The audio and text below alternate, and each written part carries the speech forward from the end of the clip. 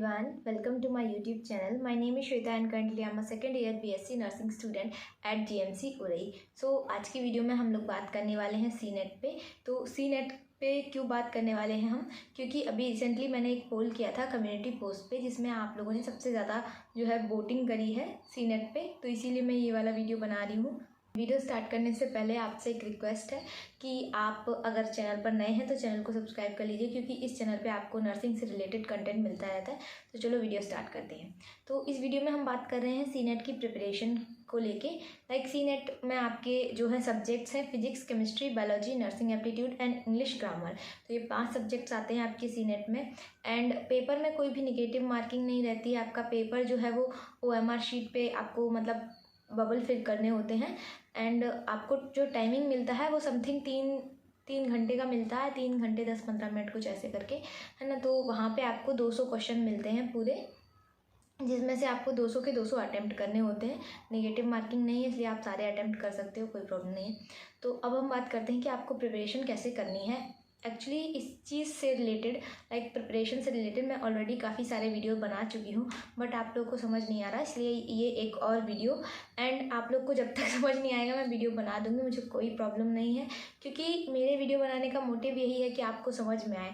ठीक है, तो अभी हम सबसे पहले बात कर रहे हैं बायोलॉजी पे. तो आप एज अ मेन सब्जेक्ट भी मान सकते हो. मेन सब्जेक्ट क्यों कह रही हूँ मैं, क्योंकि बायोलॉजी आप आगे भी अपना स्टडी करोगे, बट ऐसा नहीं है. आपके सारे सब्जेक्ट, जितने भी सब्जेक्ट हैं आपके सीनेट के पेपर में आने वाले हैं, सब इक्वल मार्क्स के आएंगे. तो ऐसा नहीं है कि आप किसी को कम पढ़ रहे हो, किसी को ज़्यादा पढ़ रहे हो.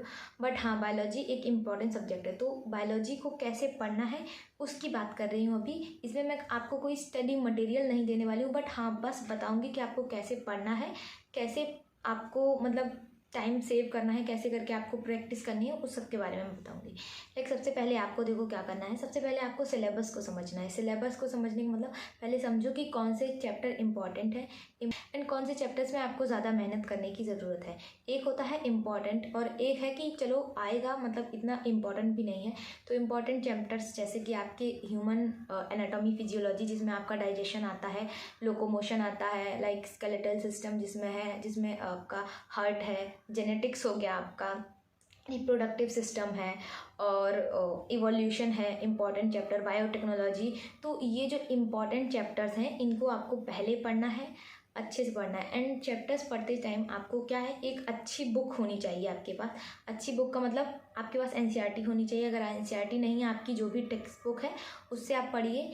और ऐसा है कि जब आप पढ़ रहे हैं ना उससे, तो आपको क्या करना है कि जो आपको इम्पॉर्टेंट पॉइंट लगता है उसको या तो नोट कर लो या फिर बुक में ही हाईलाइट कर लो, ताकि आप जब दोबारा पढ़ोगे तो आपको अलग से उतना ढूंढना ना पड़े, आपको तुरंत के तुरंत वो चीज़ें मिल जाएं.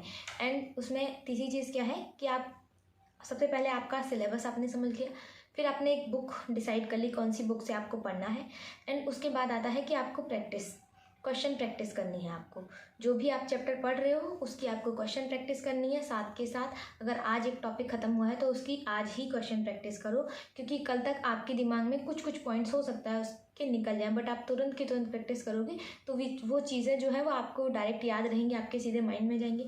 एंड आप बायोलॉजी जब आप पढ़ रहे हो तो आप माइंड मैप का यूज़ कर सकते हो. लाइक एक A4 शीट में आपने नोट बनाया है, कुछ भी नोट्स बनाए हैं बायोलॉजी के किसी भी चैप्टर के, मान लो आपने बायोटेक्नोलॉजी के नोट्स बनाए हैं, तो उसको आप चार्ट के फॉर्म में कन्वर्ट करके थोड़ा थोड़ा पॉइंट वाइज लिख सकते हो, ताकि आप उनको जल्दी से रिवाइज कर सको, है ना. और जैसे आपका ह्यूमन एनाटॉमी और फिजियोलॉजी है तो उसको आप डायग्राम के बेसिस पे भी याद कर सकते हो. डायग्राम बना के उसका मेन पॉइंट क्या है, लाइक मान लो आपने ओवरी का डायग्राम बनाया तो उसमें आपको पता रहेगा कि ये क्या है, ये कौन सा स्ट्रक्चर है. जो आपका ओव्यूल होता है, ओवरी होता है, उसके अंदर कौन कौन से स्ट्रक्चर्स होते हैं. तो ऐसे क्वेश्चन भी आपके सीनेट में पूछे जाते हैं. तो ये चीज़ें आपको याद रखनी है. ठीक है, तो आई थिंक इतना आपको जो अभी मैंने एक्सप्लेन करा वो समझ में आया. सबसे पहले आपको सिलेबस समझना है, उसके बाद आपको पता करना है कि आपको कौन सी बुक से पढ़ना है. और देखो बार बार बुक मत बदलना. एक जिस बुक से भी पढ़ रहे हो ना, एक ही बुक से पढ़ना, एक ही बुक से, लेकिन अच्छे से पढ़ना. उसको इतना रहना चाहिए कि अगर आपको टाइम मिल रहा है तो आप 3 बार भी उसी बुक को पढ़ो. अलग अलग बुक को पढ़ोगे तो क्या है, लैंग्वेज अलग अलग होती है, सारी बुक की लैंग्वेज अलग होती है, आपको बार बार समझने में प्रॉब्लम होगी. लेकिन अगर आप एक ही बुक को बार बार पढ़ोगे तो आपको याद रहेगा कि कौन सी लाइन क्या थी. एंड वो चीज़ें आपको वैसी ही याद होंगी जैसी बुक में लिखी हैं, आपने जैसी पढ़ी है वैसे ही आपको याद रहेंगी. ठीक है, सबसे पहले सिलेबस, फिर उसके बाद बुक, उसके बाद आपको जो भी आपने पढ़ा है उसके तुरंत के तुरंत आपको नोट्स बनाने हैं। नोट्स बनाने का सब मतलब है कि जो इम्पॉर्टेंट पॉइंट है वो आपको नोट करने हैं। उसके बाद आपको उसी चैप्टर का, उसी टॉपिक का आपको तुरंत के तुरंत जो है MCQ सॉल्व करना है। आप उस टॉपिक का जो आप पढ़ रहे हैं उसका आप चार्ट बना सकते हैं। उसका चार्ट मतलब माइंड मैप बना सकते हैं उसका, और उसके डायग्राम्स भी बना के आप याद रख सकते हैं। एंड लास्ट चीज़ जो बहुत ज़्यादा इम्पॉर्टेंट रहती है, लाइक आप जो भी चीज़ पढ़ रहे हो पहले से ही डिसाइड करके रखो कि आपको एक दिन में इतना पढ़ना है और उतना पढ़ो। अगर उतना नहीं हो पा रहा ना एक दिन में, तो भले ही रात को 1 घंटा लेट सो, लेकिन उतना करके सो। जब आप उतना कर लोगे ना तो आपको अंदर से कॉन्फिडेंस आएगा कि हाँ मैंने पढ़ लिया, अगले दिन भी पढ़ने का मन करेगा। और ये चीज़ ना सारे सब्जेक्ट्स के लिए अप्लाई होती है, चाहे वो फिजिक्स हो, केमिस्ट्री हो, इंग्लिश हो, नर्सिंग एप्टीट्यूड हो या बायोलॉजी हो। तो ये चीज़ आपको याद रखनी है, ठीक है। एंड बायोलॉजी के लिए पहले आप इतना कर लो, और जैसे आप बायोलॉजी पढ़ रहे हो ना तो लाइक आप डिसाइड करके रखो कि आपको एक दिन में इतना पढ़ना है, उतना ही पढ़ो। बायोलॉजी क्या है, कभी कभी हमको बहुत इजी लगती है, तो हमें एक चैप्टर पढ़ा, हमें मज़ा आ गया, लाइक हम दूसरा चैप्टर भी पढ़ रहे हैं, उसको पढ़ने के चक्कर में हम दूसरे सब्जेक्ट को टच नहीं कर रहे, तो ऐसा नहीं करना है, ठीक है। अभी हम बात कर रहे हैं केमिस्ट्री में। तो केमिस्ट्री जैसे कि आपकी 3 पार्ट में डिवाइडेड है, physical chemistry, organic chemistry, inorganic chemistry. Physical chemistry में जैसे कि आपका मोल कॉन्सेप्ट है, थर्मोडायनेमिक्स है, केमिकल इक्विलिब्रियम है, तो ये सारे चैप्टर्स हैं। तो एंड जैसे कि आपका ऑर्गेनिक केमिस्ट्री है तो उसमें आपका हाइड्रोकार्बन्स है, केमिकल रिएक्शंस हैं सारी की सारी, एंड उसमें इनऑर्गेनिक केमिस्ट्री में आपका पीरियोडिक टेबल है। तो ये सारे आपकी केमिस्ट्री 3 पार्ट में डिवाइडेड है, अलग अलग पार्ट में अलग अलग केमिस्ट्री जो है आपकी डिवाइडेड है, मतलब अलग अलग चैप्टर्स। तो उसमें आपको क्या करना है कि जो केमिस्ट्री है आपकी, फिजिकल हो, ऑर्गेनिक हो और इनऑर्गेनिक हो, तो आपकी सबके पढ़ने का मेथड सेम ही रहता है, बस थोड़ी थोड़ी चीज़ें डिफरेंट होती हैं। तो वो मैं आपको बताने वाली हूँ इस वीडियो में।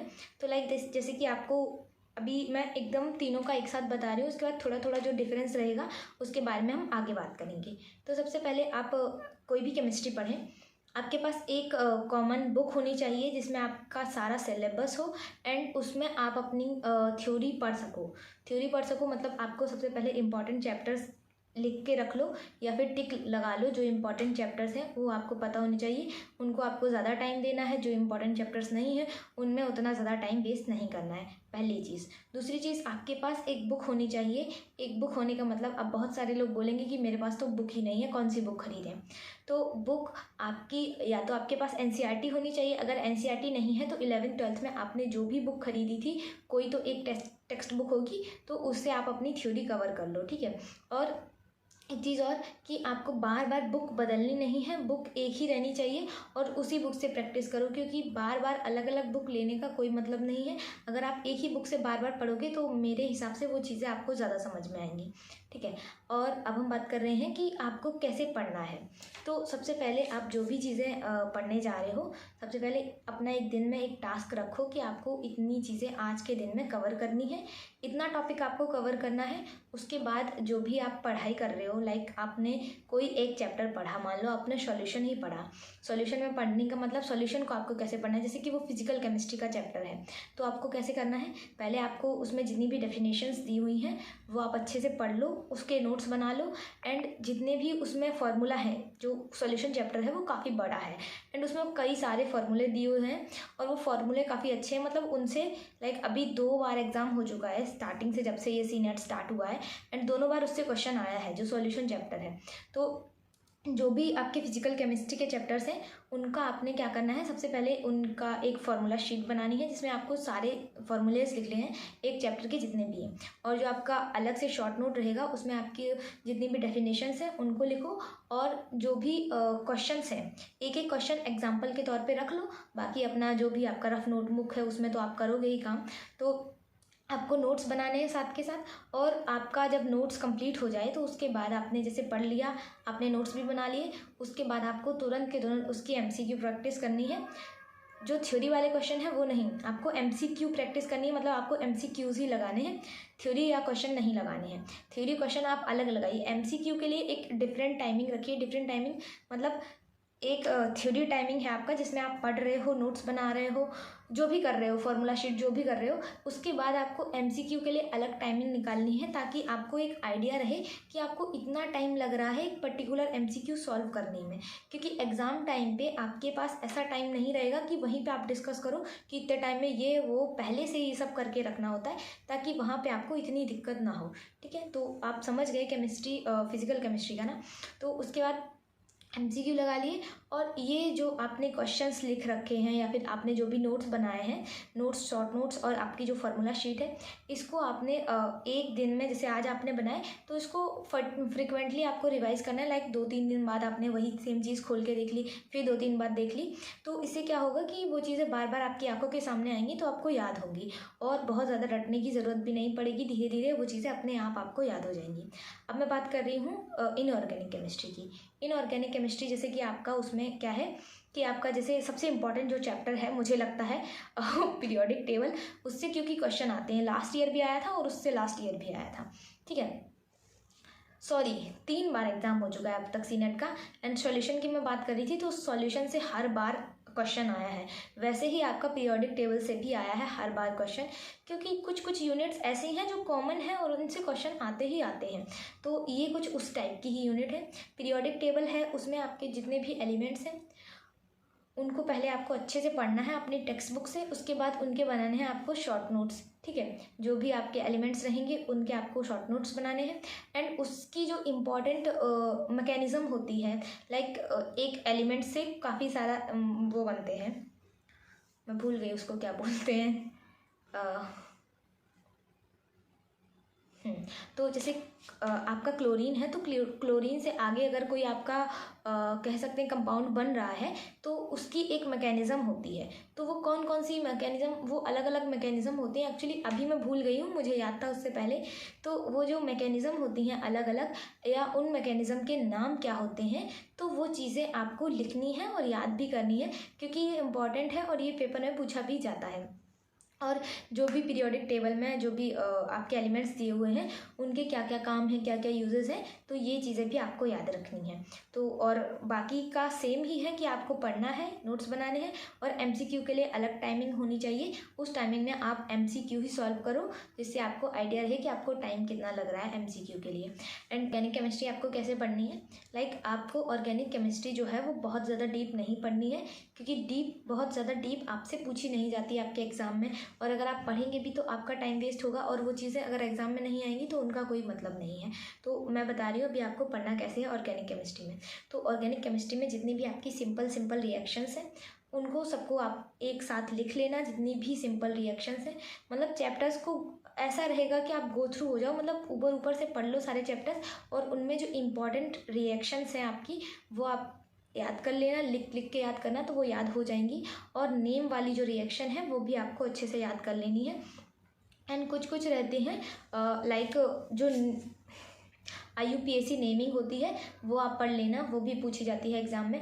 IUPAC नेमिंग बहुत ज़्यादा डिफ़िकल्ट तो नहीं, हाँ, बट पूछी जाती है। और जो बेंजीन है, बेंजीन का स्ट्रक्चर और बेंजीन के जो फॉर्मेशन के मेथड होते हैं वो भी याद कर लेना। लाइक बेंजीन से जो अलग अलग कंपाउंड्स बनते हैं तो उनको पढ़ लेना। एंड जो भी नेम वाली रिएक्शन है वो पढ़ लेना। तो इसमें इतना ही करना है आपको और ऑर्गेनिक केमिस्ट्री में, कि आपको जितनी भी नेम वाली रिएक्शन है और जो इम्पॉर्टेंट रिएक्शन है वो सारी एक साथ लिख लेना, उनको बार बार रिवाइज़ करना। एंड उनको आपको टाइम टू टाइम रिवाइज़ करना है, जिससे कि आप उनको भूलो नहीं। एंड बहुत ज़्यादा मेहनत आपको उसमें नहीं करनी पड़ेगी अगर आप बार बार रिवाइज़ करोगे। हाँ, और MCQ की प्रैक्टिस इसमें भी आपको अलग से करनी है, ताकि आपका एक एवरेज रहे कि आपको इतना टाइम लग रहा है सॉल्व करने में। IUPAC नेमिंग याद रखनी है। और ऑर्गेनिक केमिस्ट्री में अगर और कुछ इंपॉर्टेंट लगेगा तो आगे मैं ऐड ऑन कर दूंगी वीडियो में। ऐड ऑन का मतलब दोबारा उसके लिए वीडियो बना दूंगी। अभी मैंने देखा था, जितना मुझे समझ में आया तो वो इतना ही है। ठीक है, सो अभी हम बात कर रहे हैं कि आपको फिजिक्स कैसे पढ़नी है। तो फिजिक्स में आपके जो इम्पॉर्टेंट चैप्टर हैं, जो थ्योरी वाले चैप्टर हैं, और आपके एक थ्योरी वाले चैप्टर हैं और एक न्यूमेरिकल्स वाले चैप्टर हैं फिजिक्स में। जैसे आपका जो मॉडर्न फिजिक्स है वहाँ पे आपके मोस्टली जो चैप्टर्स रहेंगे वो सारे थ्योरी वाले ही रहेंगे। एंड आपका जैसे इलेक्ट्रिसिटी हो गया आपका, और मोशन हो गया, ये सारे चैप्टर्स जो हैं वो आपके न्यूमेरिकल्स वाले चैप्टर हैं। तो जो थ्योरी वाले चैप्टर्स हैं मैं आपको सजेस्ट करूँगी कि आप थ्योरी वाले चैप्टर ज़्यादा पढ़ो, क्योंकि देखो जैसे कि केमिस्ट्री में मैंने अभी आपको बताया था एंड फिजिक्स का भी सेम है कि यहाँ पे आपको बहुत ज़्यादा डीप क्वेश्चंस नहीं पूछे जाते हैं, ना ही बहुत ज़्यादा टफ क्वेश्चंस पूछे जाते हैं। आपसे एकदम इजी टू मॉडरेट लेवल के क्वेश्चंस पूछे जाते हैं। एंड अगर न्यूमेरिकल आएंगे भी तो वो डायरेक्ट फार्मूला बेस होंगे या फिर कुछ थ्योरम है जैसे कि कुछ प्रिंसिपल्स हैं तो उनके बारे में वो उनका सीधा सीधा उनका फार्मूला ही पूछेंगे, वहाँ पे क्या प्रूफ हुआ था, क्या फार्मूला निकला था, यही सब चीज़ें पूछते हैं। वो बहुत ज़्यादा डीपली और बहुत बड़े बड़े न्यूमेरिकल्स आपसे नहीं पूछते हैं फिजिक्स में। तो फिजिक्स में भी आपका सेम ही है कि आपको पहले जो इम्पॉर्टेंट चैप्टर्स हैं, देखो मेरे टाइम पे मैं क्या करती थी, हो सकता है कि इस वजह से भी मेरे मार्क्स, हो सकता नहीं मतलब एक ये भी रीज़न है कि मेरे फिजिक्स में मार्क्स कम आए थे कि मुझे जो चैप्टर्स पसंद थे, मतलब जो चैप्टर्स मुझे आते थे अच्छे से और जो चैप्टर्स मुझे नहीं आते थे, मुझे जो चैप्टर्स आते थे वो मैं बहुत ज़्यादा उन्हीं को रिवाइज़ करती थी, मतलब उनको मैं बार बार रिवाइज़ करती थी जो मुझे आते थे, और जो मुझे नहीं आते थे वो मैं जैसे तैसे करके बस एक बार पढ़ लिया, उसके बाद मेरा छूने का मन नहीं करता था क्योंकि वो मुझे समझ ही नहीं आते थे। तो इस वजह से भी कह सकते हैं कि मेरे फिजिक्स में मार्क्स कम आए थे। बाकी एवरीथिंग इज़ गुड, लेकिन अगर फिजिक्स अच्छे से पढ़ती तो शायद मेरे और ज़्यादा मार्क्स आ सकते थे। तो इसलिए मैं बता रही हूँ तुम लोग ये गलती मत करना, तुमको सब पढ़ना है, स्पेशली जो इम्पोर्टेंट है वो पढ़ना है, वो नहीं पढ़ना जो तुम्हें आ रहा है, जो इम्पोर्टेंट है वो पढ़ना है, ठीक है। तो सबसे पहले एक अच्छी सी बुक ले लो।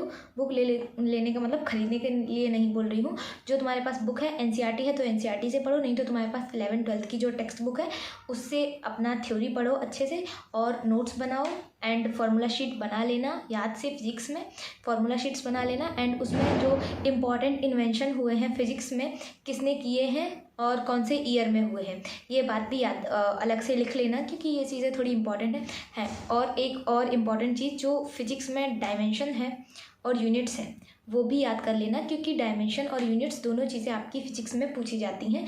और इसमें क्या है कि आपकी वो जो डायमेंशन से रिलेटेड क्वेश्चन होते हैं जिनमें आपको ABC टाइप के क्वेश्चन दिए जाते हैं और उनकी आपको डायमेंशन निकालनी होती है एंड वैल्यू वो पहले से देते हैं, तो उस टाइप के क्वेश्चंस की भी प्रैक्टिस कर लेना क्योंकि ये वाले जो क्वेश्चन थोड़े इजी रहते हैं।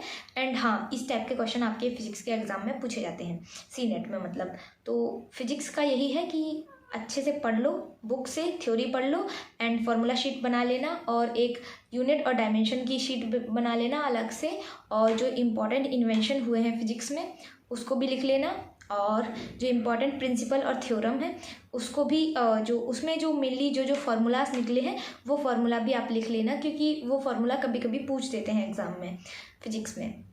और जो आपने पढ़ रहे हो उसका शॉर्ट नोट्स बनाना है, साथ के साथ MCQ प्रैक्टिस करनी है। MCQ प्रैक्टिस के लिए फिर से बोल रही हूँ, बार बार बोल रही हूँ कि उसके लिए अलग से टाइम निकालना, अपने स्टडी आवर में उसको मत इंक्लूड करना, ताकि आपको ये रहेगा ना कि अगर आप अलग से उसको सॉल्व करोगे तो आपको समझ में आएगा कि कितना टाइम लग रहा है। और सबसे इम्पॉर्टेंट चीज़ फिजिक्स के लिए, इसको बार बार रिवाइज़ करना है तभी आएगा, बार बार प्रैक्टिस करनी है। एक बार पढ़ने से आपको फिजिक्स समझ में नहीं आएगी और आपको जब तक बेसिक क्लियर नहीं होंगे तब तक आपको फिजिक्स नहीं समझ में आएगी। तो बेसिक्स क्लियर करना है, नोट्स बनाने हैं, फार्मूला शीट बनानी है, किसी एक ही बुक को फॉलो करना है एंड PYQ के लिए अलग से टाइमिंग निकालनी है एंड बार बार चीज़ों को पढ़ना है, सबसे इम्पॉर्टेंट। और सबसे लास्ट चीज़ कि बीमार नहीं होना है पढ़ाई के टाइम पे, क्योंकि बीमार होगे तो आपका ही बैकलॉग होगा एंड आपसे ही चीज़ें थोड़ी मिस होंगी बीच बीच में। तो बीमार नहीं होना है, अच्छे से खाना पीना है और अच्छे से पढ़ाई करनी है। सो इस वीडियो में मैंने आपको फिजिक्स के बारे में बताया, केमिस्ट्री के बारे में बताया एंड बायोलॉजी के बारे में बताया। अब आपकी 2 चीज़ें रह रही हैं, नर्सिंग एप्टीट्यूड एंड इंग्लिश, तो उसके बारे में मैं नेक्स्ट वीडियो में बताऊँगी क्योंकि मैं भी बोलते बोलते थक गई हूँ एंड ये वीडियो भी बहुत लंबा हो जाएगा। तो नर्सिंग एप्टीट्यूड और इंग्लिश के लिए हम नेक्स्ट वीडियो बनाएंगे एंड इस वीडियो के लिए इतना ही है। अगर ये वीडियो समझ में आई हो तो अच्छी बात है, अगर नहीं समझ में आए तो आप लोग बता देना कमेंट सेक्शन में कि आपको कौन सा पॉइंट समझ में नहीं आया है या कौन सी चीज़ दोबारा एक्सप्लेन करनी है, तो मैं नेक्स्ट वाले वीडियो में उस चीज़ को भी इंक्लूड कर दूँगी। बाकी आज के वीडियो के लिए इतना ही है, मिलते हैं नेक्स्ट वीडियो में, बाय बाय।